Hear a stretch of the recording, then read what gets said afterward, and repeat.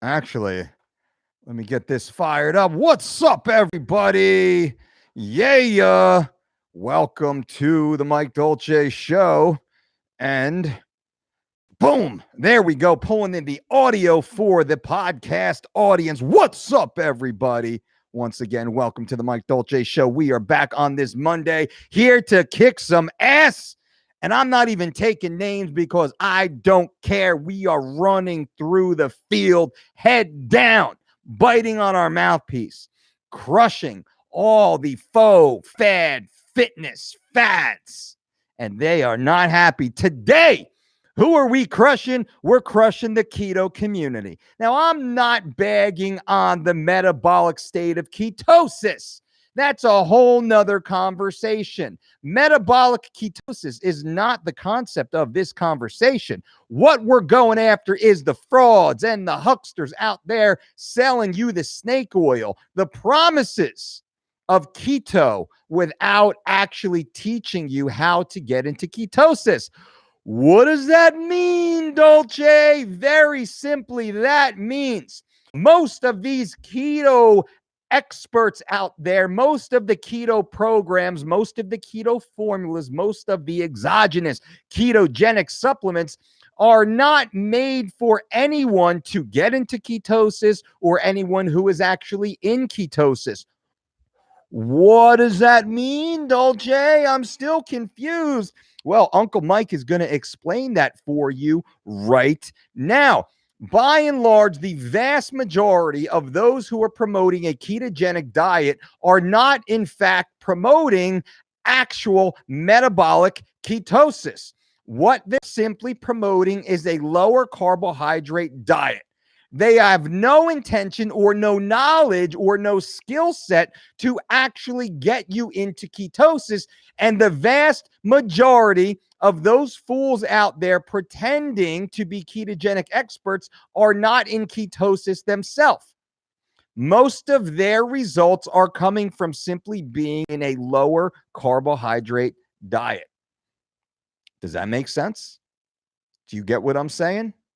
Now, those of you in the live chat right now, let me know if you hear what I'm saying. I want to make sure that it's crystal clear because the YouTube video is a little bit delayed. Absolutely. Lacey, thank you. I appreciate that, Lacey. Well, good, because I'm going to keep ranting. Sometimes I think I speak faster than video can actually pick me up. My brain is a non-stop war of conversations, internal dialogue. Jennifer, what's up, Jennifer? Buddies, Brian, everyone's in the house, and I appreciate you guys. Mo, Fokker, Gino, Howard, Buddies, yes, Todd. Hey, there we go. Bang, bang, bang, bang, bang. And don't forget to give the thumbs up if you are just getting into this chat or watching on the delay, my audio podcast. Thank you for being here. Give us that 5-star review. But back to the topic at hand. Low carb is not keto. What does that mean? Following a low carb diet will not get you into ketosis. Although a low carb, a moderate carb, a carb controlled diet is vastly more superior than ketosis, than a zero carb diet. And ketosis, metabolic ketosis, medical ketosis, rather interchangeable terms, all meaning the same thing, that your body is no longer consuming adequate carbohydrates to create glucose, to store glycogen, to create glucose. Therefore, your body then defaults into the survival system of living off of ketones. This is not ideal. This is not best case scenario. This is not optimal. We've spoken about this ad nauseum in the past. I've challenged all the ketogenic experts out there to simply have a public dialogue with me to discuss this. Let's have this friendly conversation of why they propose that a ketogenic diet has anything to do with optimal health, optimal fitness, optimal performance, optimal athletics. It simply doesn't. The whole world knows that a low to moderate carbohydrate infused diet is vastly superior for long-term outcomes, for short-term physique augmentation, and for athletic performance. And that basically covers every human on this planet. Most of the keto heads out there will tell you, you must be in ketosis, follow my keto diet, keto, keto, keto, keto, keto, keto, keto. And why do they do this? They do this simply because they can use that keto term. They can filter it into their search engine optimization, their Google AdWords account, their Facebook pixels, and they can chase you with their creepy crawlers all around the internet, and they can market to you. That's why they do it. They have no knowledge base. They have no intention of you actually attaining the metabolic state of ketosis. And the vast majority of those of you who believe you're following a ketogenic diet are not in ketosis. You're not even close to ketosis. And most of you are simply following a lower carbohydrate or a carb controlled diet. And this is what I have been saying since day one. Day one, when I've been talking smack about all those frauds out there selling you keto, I've said that this is false. You're not in ketosis. You're not on a ketogenic diet. And this person doesn't know their ass from their exogenous elbow because they're not getting you into ketosis. And people say, but Dolce, I'm losing weight. You're losing weight because you're finally focused on your carbohydrate consumption. You're controlling your carbohydrate consumption. You're making more informed, intelligent decisions now about carbohydrate consumption, but it has nothing to do with ketosis. Nothing.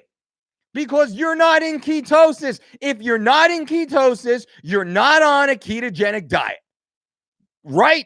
If you are not in ketosis, you are not on a ketogenic diet. Though you bought a ketogenic diet, though you're buying ketogenic products, though you bought a ketogenic program, though you follow keto experts on Instagram, on YouTube, on Twitter, on Tumblr, on wherever else, you follow them, but they still don't know what the hell they're talking about. All they're doing is marketing to you, and that pisses me off to no end because they would rather see you as a simple tool to market to and to monetize instead of seeing you as the human that you are, who is seeking knowledge, who's seeking education, who's seeking support, who's seeking someone, some entity, some team, some group to actually teach you the true tenets of nutrition and dietetics, not so you can hop on and off all these varied fad diet programs throughout the course of your life, never attaining the results that you're hoping for. So finally, you can realize, oh, this actually works for me. This was the way I was meant to fuel my body. This is the same type of fuel that all humans have consumed since the dawn of time. Earth-grown nutrients have sustained all life on this planet since the dawn of time. This goes true for my carnivore friends. This goes true for my keto friends. This goes true for my intermittent fasting friends. Those are all very extreme, niche, short-term dietary protocols that create a disordered eating pattern. Why not educate you, the beautiful men and women of the planet, as to what are the true healthy dietary practices to not just survive, but to thrive? That's what we're talking about here. That's what I want to do. And that's why I am so dedicated to turning on this microphone and speaking to you for free every single day and sharing this information with you. Evidence-based, battle-tested, scientifically proven information is what I'm giving to you. And anyone out there, please refute what I'm saying. Prove me wrong. Prove me wrong, not with anecdotal experience of, well, I went keto and I lost 10 pounds in 2 weeks.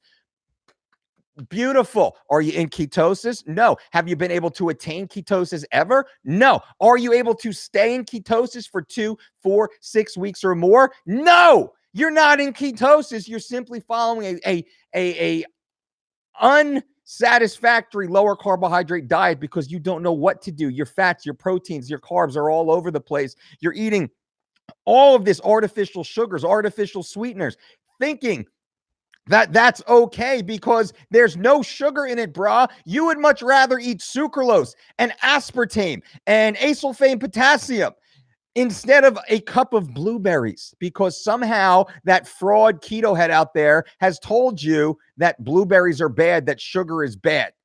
Somehow you believe that, but you're walking around eating a bag of pork rinds, sticks of butter, slabs of nitrate-filled, conventionally raised pork bacon, as if somehow that's healthy for you. But an apple is not. Remember, a cup of blueberries, one medium-sized apple contains approximately 20 grams of carbohydrates. That is the limit. 20 grams of carbohydrate is the limit on a medical ketogenic diet. Therefore, you can't eat that. You can't have one apple per day. You can't have 1 cup of blueberries per day. Somehow your keto had said that's bad for you, but a bag of pork rinds is somehow good for you. But then they want you to go and buy their sugar-free exogenous ketogenic supplement with all the fillers and all the preservatives and all the synthetic toxic chemicals. That's allegedly good for you. But blueberries and strawberries and blackberries and raspberries and apples and bananas and papaya and kiwi and red grapes, that's somehow bad for you, right? Do you see how ridiculous this is? Do you see how ridiculous they are? And prove me wrong. Please prove me wrong, or anyone who's a ketogenic expert. I am more than happy to have a lively, respectful conversation with you. And I won't even say debate, because debates are silly. A conversation. Let's have an exploratory conversation here where we challenge each other. We challenge our beliefs, and let's pull our resumes into consideration in this conversation. Don't just pull some study on 12-year-old epileptic boys from 50 years or so ago and pull out one niche bullet point and then try and extrapolate that amongst the entire broad society, because Lord knows that doesn't work. And I know those debate tricks, so we're not going to do that. We're going to have an honest, open dialogue for everyone, the public, to hear. Wouldn't you love, guys? I would love to have that conversation. I don't care who they are. I don't care what acronyms are behind their name. And it's so odd that none of them want to talk to me about this, right? Wouldn't I be an easy mark to have this conversation if they were so confident in their ability to communicate this information? But they won't have the conversation because they know I'm right. They won't have the conversation with me because they know I'm right.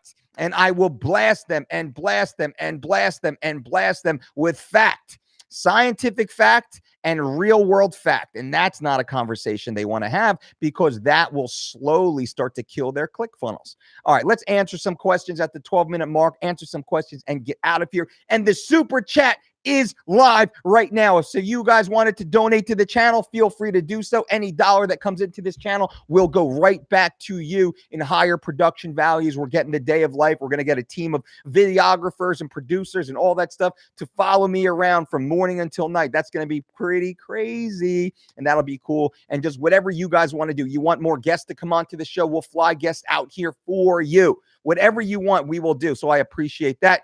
Howard McMillan donates $5 to the super chat. And anytime you donate to the super chat, you get a lot more of my time and attention. Let's answer. Coach, is it okay to eat the breakfast bowl for dinner with a scoop of whey protein post-workout? Howard, that absolutely is, because let's break down the nutrient quality of the breakfast bowl. My breakfast bowl contains approximately 75 grams of carbohydrates. It contains approximately 30 grams of protein, and the fat will change up and down based upon the nuts and the seeds that I add. Normally, I add chia seeds, I add flax seeds, I add hemp seeds, I add some sort of almond butter or peanut butter or cashew butter. Usually I add like coconut flakes I'll put in there. So it's a rather high fat content relative to the totality of the meal. The breakfast bowl is one of the healthiest meals to consume. And for all those listening, it's completely plant-based and it is carbohydrate dense. So somehow the breakfast bowl is not allowed as a carnivore because it's plant-based. It's not allowed by the ketogenic community because it has more than 20 grams of carbs in it. It might be allowed by the intermittent fasting community. Usually it's not consumed by the If It Fits Your Macro community because they're too busy eating Pop-Tarts, Oreos, and ice cream. But Howard McMillan, absolutely. Now, if you're adding a whey protein, you want to add a whey protein isolate, which is the most efficient form of protein. And I would say a completely grass-fed, cold processed, cross-flow, microfiltered whey protein isolate with nothing else added to it. Look for maybe a sunflower lecithin. And outside of that, there's not going to be much else. A general whey protein isolate is rather tasty. It's very bland. You don't taste it really at all. And you might mix it into your breakfast bowl. If you don't mind it being a little cakier, you might blend it. I'll make the breakfast bowl into a smoothie with a little whey protein in there from time to time. Excuse me. But the one thing I will say, if you are going to have that at night, it's a higher carbohydrate meal than we normally would suggest as your later night meal. So make sure if you have that, you want to crush a workout. And maybe that's when you do your weights. Maybe you do your high intensity resistance training at 5 p.m. You're done at 6:30. Then you have that meal at 7 p.m. Mwah, that would be absolutely perfect. So I hope that's helpful, Harold or Howard. If you have any more questions, my super chat friend, I will absolutely answer more because that's what happens when you donate to the super chat. Let's answer. Bang, bang, bang, bang. Appreciate it. Caster Troy says, this is not Tinder, everybody. This is YouTube. Okay, LOL. So we're having fun here, but let's always be respectful, guys and gals. That's the one thing we do on this channel. We always want to be respectful, but it looks like you guys are having fun. So, okay. Jay Levi says, I'm sure those keto people don't train for performance. They are about the aesthetics. I tried it for at least 6 and now I'm eating carbs and never been better. My problem was refined sugar. Exactly, Jay. And that's the problem. How do you not train for performance? All humans should be able to perform. Every single human listening to this should be able to perform to the fullest extent of their ability. Now, there might be a very small percentage of our community that has a physical limitation that doesn't allow them mechanically to run, to skip, to jump, to climb. I get that. Because of my hip injury, I can't run anymore the way that I want to without pain. Therefore, I don't run anymore. I do more of high intensity work in the soft sand to protect my hip. That's why I bought a Precor machine, so I can push at a running type pace without the force transfer into my hip joints until I get this thing fixed. I might have to have surgery within the next 5 years to round out the actual head of inside the hip joint. The little ball that I have has some calcified fragments on there from all my years of heavy squatting and combat sports. I knew 20 years ago I would eventually get to this point, and here I am. So mechanically, I can't run the way I wanted to, but I'm still pushing myself. I'm still getting my heart rate up into the high 160s, 170s, 3 to 5 times per week. I'm still pushing. Why would you not? I still look exactly the way I want to look. I love taking my shirt off. I love going to the beach and yada, yada, yada, all that other stuff. That's the way we all should be, but it's relative to ourselves. You don't have to look like a bodybuilder or a fighter or a tennis player or whatever. You just have to look the way that you want to look, and you have to be healthy, and you have to optimally perform. So if it's strictly about aesthetics, I say shame on you, because that is very fleeting and you are hurting your health if that's the case. Tyson says, what's good, Mike Dolce? You are the man, Tyson. Life is good, my friend. If life were any better, there would be 3 of me. D Zeal says, F you, Dolce. F-U, D-Zio, and F-U means effing unbelievable content, Dolce. So feel free below to leave comments in the comment section of this video and simply say F-U, Dolce. That should help with the algorithm also, and that's something that's very cool. Boxing stuff, carnivore diet, LOL, people eating steak for breakfast, lunch, and dinner. I know, and it's crazy because boxing stuff, the steak that they're eating, they're going to Wendy's. They're going to Wendy's. Sean Baker, the carnivore king. And I give him that term, respectfully. I don't think Sean is a bad guy, but I don't agree with what he's saying. He's taking photos of himself going to Wendy's, taking the bun off, taking the tomato off, taking the lettuce off, and being proud about how he's out there eating Wendy's burgers. As if that's healthy. Like, please, bro. Sean, if you're going to be going all in on carnivore, why are you going to Wendy's and acting like Wendy's is healthy? It's not healthy. At the very least, be showing wild line-caught salmon. Go hunting with my boy Cam Haynes and pull back some wild elk or something. At least do that.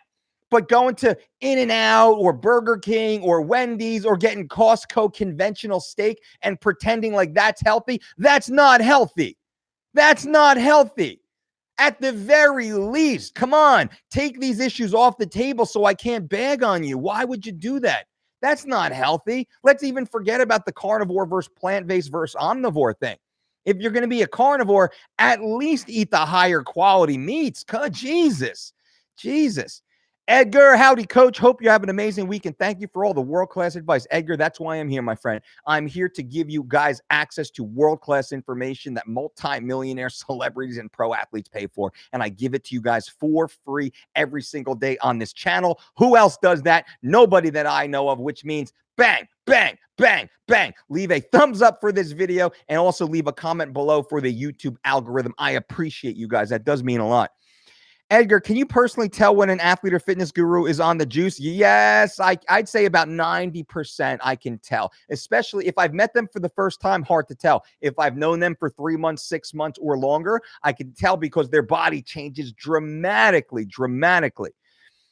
Brandon, reading about our energy systems, is it correct besides lists that you promote, we burn most of our stored fat from NEAT as well as after training for recovery? It's true enough, but it all depends on how your day is and how your life is. I know people that don't move nearly much at all. They're very sedentary, but when they train like an animal. Like bodybuilders are great examples of that. A lot of bodybuilders, man, they just sleep all day. They eat, they sleep, they eat, they sleep, and then they train like animals. The vast majority of their energy expenditure is done while exercising. So it depends on the individual. Someone like me, man, I'm all over the place, right? I'm up and down. I mean, shit, I'm walking around town 3 times today. I try to never use my car if I don't have to. If I can walk there within 20, 30 minutes, I'm walking. If I can ride my bike there within 20, 30 minutes, I'm riding my bike there. I don't want to get in my car nearly ever, which is why, shoot, how much we got one of our trucks. I got Brandy a Suburban 2 years ago now, 3 years ago now. I think 3 years ago, 2.5 years or so ago, and we just hit 15,000 miles on it. Put it that way. And this is the car that takes the kids and the family everywhere. We drove cross country in this thing and added 4,000 miles to the 15. That's how little we drive our vehicles. My Land Rover, I put on 2012. In 7 years, this is true. In 7 years of owning one of my Land Rovers, I put on less than 30,000 miles in 7 years. That's how little I drive because of this. I'm always out. This matters. Context of this conversation, I think, does matter, and I love that truck. My LR3, it is absolutely awesome. It is the big boy edition. It's luxury, everything inside. It's still got the big old V8. It drives like a freaking beast, and I take such good care of it, and it has such low miles. Why would I? Why would I get anything else? Guys and girls, I have to pick up my dog right now. The groomer is actually knocking next door. I have to go and let the dog in, Zoe. I appreciate you all for being here. Thank you guys so much. This is a little bit short today, though 22 minutes into this. I'll get back on tomorrow right about the same time, right about 1 p.m. Eastern Standard Time to answer more of your questions. If I didn't answer your question today, leave in the comment below. I promise I'll come back here in a little while and I will answer all of your questions. Until next time, boom.